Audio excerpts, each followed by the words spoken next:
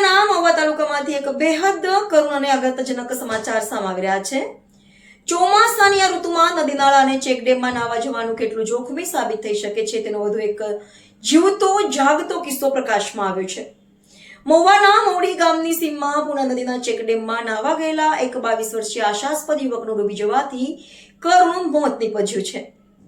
મહુવાની પૂર્ણા નદીના ચેકડેમમાં નાવા ગયેલા 22 વર્ષીય યુવકનું ડૂબી જતા મોત। સુરત જિલ્લાના મહુવા તાલુકાના મોડી ગામની સીમમાં પૂર્ણા નદી પર આવેલા ચેકડેમમાં નાવા ગયેલા 22 વર્ષીય યુવકનું ડૂબી જતા કરુણ મોત નીપજ્યું હતું। ચેકડેમની પાળી પરથી બહાર નીકળતી વખતે પગ લપસી જતા યુવક નદીના તેજ પ્રવાહમાં તણાઈ ગયો હતો। ઘટનાને પગલે પરિવારજનોમાં શોકનો માહોલ છવાઈ ગયો છે। મળતી માહિતી મુજબ સચિન ખાતે રહેતા અને મૂળ ઉત્તર પ્રદેશના રહેવાસી યશવીર સિંહ હરીશકુમાર સિંહ ઉંમર વર્ષ 22 પોતાના મિત્રો સાથે મોડી ગામ નજીક આવેલા પૂર્ણા નદીના ચેકડેમમાં નાવા ગયા હતા।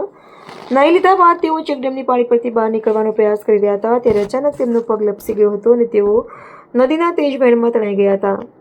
પાણીના જોરદાર પ્રવાહને કારણે તેમનું શરીર નજીકના પથ્થર પાસે ફસાઈ ગયું હતું।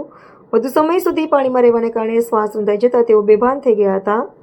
સ્થાનિક લોકો બારડોલી ફાયર અને જેસીબીની મદદથી તેમને બહાર કાઢી તાત્કાલિક 108 એમ્બ્યુલન્સ મારફતે મહુવા સામૂહિક આરોગ્ય કેન્દ્ર ખાતે ખસેડવામાં આવ્યા હતા। જોકે ફરજ પરના તબીબે તપાસ બાદ તેને મૃત જાહેર કર્યા હતા। ઘટનાની જાણ થતાં મહુવા પોલીસ સ્થળ પર પહોંચી હતી અને અકસ્માતે મોતનો ગુનો નોંધી મૃતદેહને પોસ્ટમોર્ટમ માટે મોકલી આપી વધુ કાયદેસરની કાર્યવાહી હાથ ધરી છે।